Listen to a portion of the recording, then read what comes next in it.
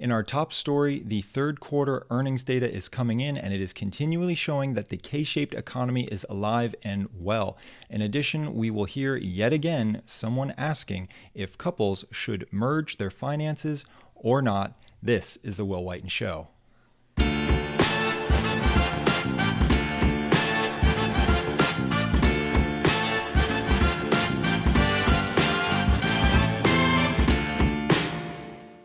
So first off, as you've heard by now, this show is available in podcast format everywhere podcasts are available. So if you like to hear this on the go ahead and download that. I will put the links in the description.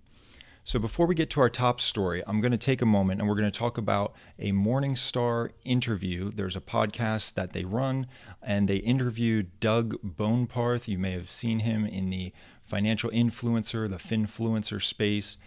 He's very active there, and he also runs his own wealth management practice. He was interviewed.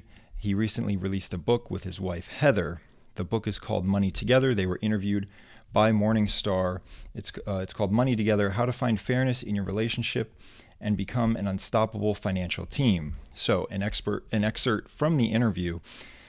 The interviewers ask the question that is constantly asked of all finance professionals. That question is, should couples merge their finances? And we're going to get to that in a minute. But first, Doug and Heather share a story about what their finances looked like when they got married. So Heather had gone to law school, and she incurred a lot of debt doing that. And Doug says in the interview, in Heather's own story around her student loan debt from law school, this was a very big piece of our financial relationship as things became even more serious and even into getting married.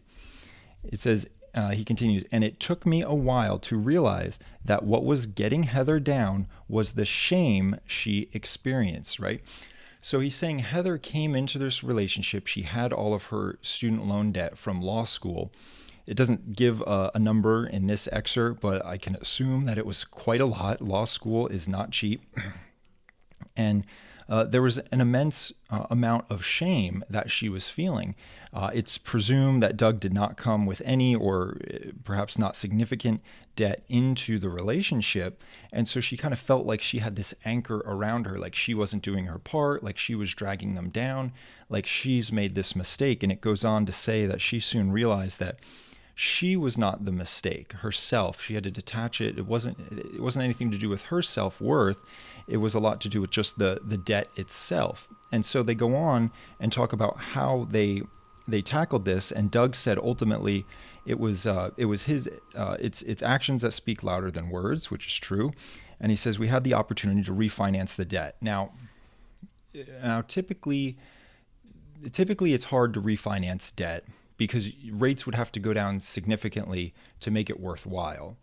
So when you refinance debt, you'll have to pay underwriting costs for the new loan that you get. And so obviously you don't want the underwriting costs to exceed what you'd be saving in interest payments, because then that would be a bad deal. So interest rates have to drop enough such that the underwriting costs don't exceed that, and you have to plan to continue to pay it off such that you can realize those savings. And so obviously they were in a position that was the case. Usually, if they're both working, it doesn't say they were both working at the time, they both work together now. But if they're both working, it's usually best just to not fool around with refinancing and just throw your money at the debt, right? Cut your living standard down and just pile money on it. A lot of times refinancing the debt can start to feel like arranging chairs on the deck of the Titanic, right? The ship is sinking and we're kind of fiddling around with, let's refinance or let's try a different bank and all this. And at the end of the day, you need to pay down the debt. The debt doesn't go away. By refinancing, it could be a little bit easier to get rid of it. But if you're not taking the big, bold actions to pay it down in the first place, then it's really not putting a dent. But they don't get into the details in this to tell us what interest rate they went down from. Maybe it was substantial, maybe it was worth it. Anyway, he goes on about the opportunity to refinance the debt, and he goes, and the way that we would be able to do that would be if we both signed off on that loan. if I joined her on that note. So understand what he's saying. The debt was solely in Heather's name. And so legally speaking, if she were to stop paying, the government would come after her. What Doug is saying is that he put his name on the new refinance loan as well. So now they're both on the hook, right? So to speak, they both have the anchor tied around them now. They're in this together, which is definitely a bold thing to do. But after all, they were getting married or had already gotten married. And then Heather gives her view on it. And she says, and I had not had someone up to this point in her life, I had not had someone be willing to reach out a hand to me and say, your burdens are my burdens, and I believe in you. I cannot tell you how powerful that was in my life. So kudos to Doug and Heather to do that. And you could just hear how transformative that was in their relationship to Heather. Doug, and I'm sure many people, many spouses in these situations could look at their spouse and say, well, that was your mistake. You have to deal with it. You have to feel that shame. When are you going to clean that problem up? You want me to clean that problem up? And that would obviously be very off-putting. And even if Doug wasn't confrontational, but if he just wasn't taking any action to contribute, then it could still feel very bad it could still feel terrible for Heather to be in that position, and it could separate them. It could drive a wedge in the relationship because they wouldn't be working together on paying it down. But by him stepping forward, taking action, putting his name on it and saying, I'm in this with you, we're married, we're going to handle this, it had quite the opposite effect. It wasn't a negative effect. It wasn't a neutral effect. It was a very overwhelmingly positive effect, because she's saying she hadn't had that in her life before. Someone that is willing to reach out a hand and say, your burdens are my burdens. It brought them closer together. It's really an amazing thing. It sounds like it was the right thing to do, especially since they were married. And so that's the background story. You can, if we get back to the title of the article and answer the question, should couples merge their finances? It's sounding like yes. Doug references some studies. He says all the studies and statistics that we've looked at bear out that couples that join their finances together and operate as a team tend to do better overall. And they do financially better, their relationships do better. And that is the proof. He says there's multiple studies and statistics. That is the direction that they point. And I know that's hard to hear because many people don't do that. Many married people, for one reason or another, whether they just don't get around to it, they don't think about it, or they intentionally keep things separate. The truth is that they're not really in the same boat, rowing in the same direction. It's very difficult to operate this way. Some people may say, oh, well, it's fine. No, we're getting along, no problem. That's not always the case. Now he does, and now this part annoys me, which we'll get to. This part I think was unnecessary. He says, now having said that, truly the thing that works is what works best for you and your own household. I've seen every configuration imaginable, and even though I might recommend something different, I've seen a lot of other setups work. So I don't think this was necessary. I don't think he should have said this. Obviously, he's more successful than me, so maybe he's doing something right. But I wouldn't have said that if I was in his position. He said, now having said that, truly the thing that works is what works best for you and your own household. And that's not true. He just said that there's multiple studies and statistics that say couples that join their finances and operate as a team tend to do better. And then he's he's softening it. And he's saying, but what works best is what works for you. Well, that's not true. We know what works best. It's what the studies said. And even though if you think something's working for you, maybe it will work better if you go in accordance with what the study said. And, I think this is something that could be common in the financial planning industry. We've talked about financial planners before. There's many of them, and they're all chasing a very select set of clients. They all want the richer and richer clients because it's much easier to sell a client and get $2 million of their assets under management. And he has a vested interest in keeping his clients with him. So he gets a cut. Let's just say it's 1%. Some places charge 2%. If you get a lot of assets with an advisor, you can have more negotiating power to reduce that percentage even more, to say under 1%. But he has an incentive to keep them with him, even if they are doing something that he knows that has been scientifically proven is bad for the clients. And I think this is something that just probably isn't talked about anymore. So, and we'll take it to an extreme example. Say he has a client and they're invested in stocks and they're doing well and they're averaging 9%. And then they come to him and say, well, we really want to be in gold. We think gold is the way to go. Gold is it. I want to be in gold for the rest of my life. Forget everything else. Now, what would he do in this situation? I'm not so sure. Hopefully, he would tell them the facts that historically, while gold has had an amazing year this year, historically, the returns on gold have been nothing in relation to the returns on U.S. equities. I would hope he would tell them that. But what if they pushed back?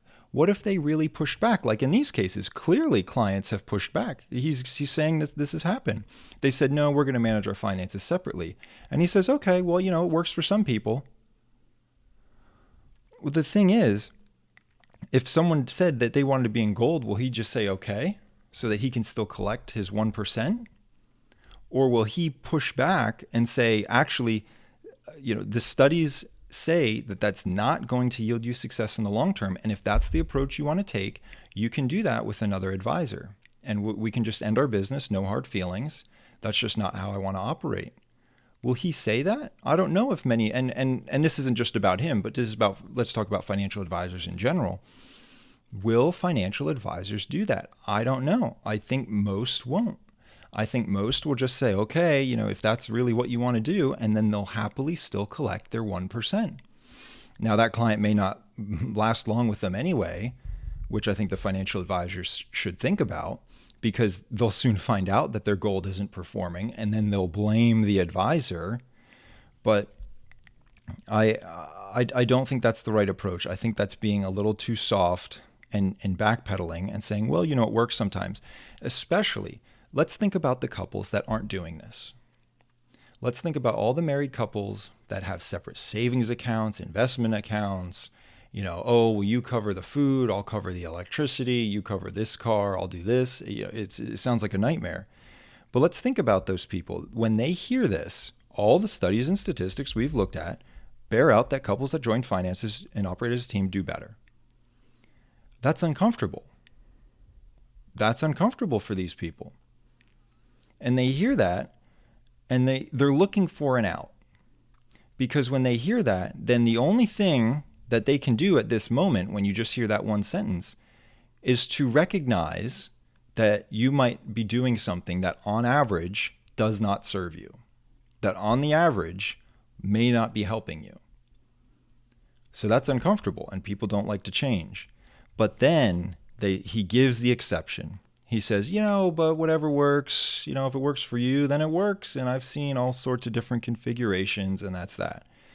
And then the people that aren't doing this, that's their out. They can latch onto this and say, oh, that's right. Well, I'm an exception. 99% of the people that don't merge their finances will listen to this and say, I'm the 1% exception that where this just works in my marriage, where this just works.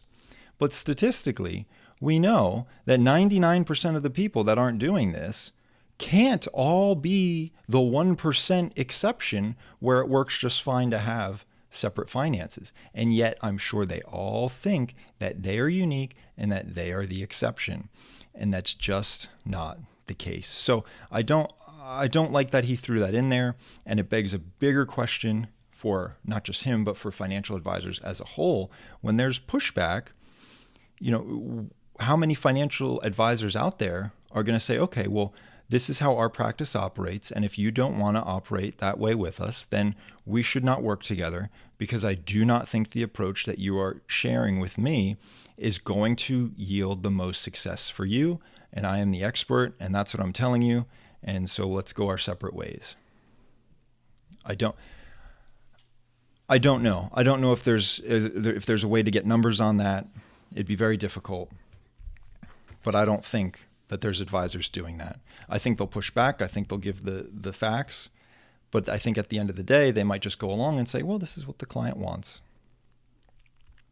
I don't know. And at the end of the day, I don't run a successful financial advisory practice like Doug and Heather here. And I would say I'm more inclined to follow the odds, follow the statistics, learn, try and embrace reality, and act accordingly. So next, we'll get to our top story, talking about third quarter earnings and the K-shaped economy. Yes, it is back in the news once again, and I don't think it's going to be going away. This is from CNBC. It says quarterly earnings report from consumer companies are increasingly showing how consumers are diverging in their spending. Commonly called a K-shaped economy, companies are seeing wealthier Americans spend more while lower income Americans are paring back. So the article also notes that the country is in the fifth week of a government shutdown, with many federal workers going without pay. So obviously that doesn't help when it comes to personal finances. And then it notes that consumers with the highest purchasing power have benefited from stock market rallies, as we've talked about before, and rising home prices. It pays to be an owner. We'll talk about the company-specific examples. Chipotle last week reported it's seeing consumers who make less than $100,000 a year, which represents roughly 40% of the company's customer base, spending less frequently due to concerns about the economy and inflation. Conversely, Coca-Cola said in its third quarter earnings that pricier products like Topo Chico sparkling water, which I've had before, it's not bad, and Fairlife protein shakes are driving its growth. So again, this is an example of recent quarterly reports demonstrating the K-shaped economy. As a refresher, the K-shaped economy, it says that the economy as a whole is not improving for everyone equally. It's saying, well, it's helping. And if you look at the letter K, there's a line that kind of goes upward and out, and there's a line that goes downward and out. And it's saying that the wealthy are riding that line upward and out because they have investments, and the poor do not have investments, so they're being affected by this economy. They're not succeeding. So the economy as a whole is not benefiting everyone. And I've been thinking about this concept, and it really came around COVID, when there was the quote-unquote K-shaped recovery, when there was a big crash, 30% or so, and then it rapidly recovered, and those that had significant investments saw great gains. And a lot of them were also office workers, and so they were able to work remotely, and so they didn't have their work affected, as if they were running a restaurant or something like that, where they were shut down, or a gym. And so there's this concept of the K-shaped economy. And I've been thinking about it, and I'm wondering if our economy has always been a K-shaped economy. I think it's kind of an economist's dream to come up with this kind of catchy thing, and that they can get headlines with it and say, oh, well, now it's a K-shaped recovery, or now the economy's in a K-shaped, not everyone's doing well. But I think that's always the case. There's always people doing very, very well in every market, and there's always people doing very, very poorly in every market. Well, isn't that the essence of a K-shaped economy? Some people are on the up and up. Some people are headed on their way down financially. And if we think about it, it comes back to where the wealthy versus the non-wealthy get their income from and get their net worth gains from. And that is the stock market. If you're wealthy and you get most of your income from dividends, then when the economy is not doing so well, most of those dividends continue. Many, many companies love to increase their dividends. It's typically shown as a great sign that the company is doing so well that they have excess profits to distribute to the investors. Very few companies, even in bad times, will cut their dividends, because that is something that Wall Street hates. Nothing few other things, I should say, will hurt, not just nothing, but few other things will hurt a company's stock as much as cutting a dividend. It is seen as a lack of confidence. It's shown as poor financial management. They have to harm the investors because they're not doing well, because they've been running the company so poorly. So even when the economy is having a downturn, dividends are sometimes one of the last things to be touched. And so if you are a wealthy investor and you have most of your income derived from dividends, even when the economy is not doing well, your paycheck still comes. And obviously, if you have a job and your job isn't downsized or something during a bad economy, your paycheck's still coming too. But your paycheck is dependent on your labor. Whereas someone with receiving dividends, that's not dependent on their labor. They can still then also try and get a job and make even more money. The dividends ultimately don't stop by and large. So I think what we can learn from this is invest, invest, invest. Become an owner. Owners can benefit in up economies and down economies. And even if you're worried about asset values going down in a down economy, so what? Warren Buffett has a famous quote that he talks about: if he loves hamburgers and he buys a hamburger for $5 every day, and then he finds out that the price of hamburgers is cut in half, well, he'd love that. If a hamburger is only $2.50, then maybe he'll buy 2 hamburgers a day because he was used to paying $5 for one. He still has the $5. If the price is cut in half, well, now I get 2 hamburgers. Isn't that great? And he says the same thing applies to stocks. If the market values go down, wonderful. I get to buy more. I get to buy even more, and then I'll collect more dividends on top of that and become more insulated from down economies, such that you can find yourself always riding up as far as the K-shaped is concerned. And so again, I think that's something that we can do. I think the K-shaped economy, while catchy, while it's talked about on and off, that may just be the static state of our economy. The static state in that the wealthy will always be able to spend. And so what you can do is be an owner to get those dividends, to get the capital appreciation on your stocks, so that you can benefit from how the economy is set up as well. That's our takeaways for today. Have a good night.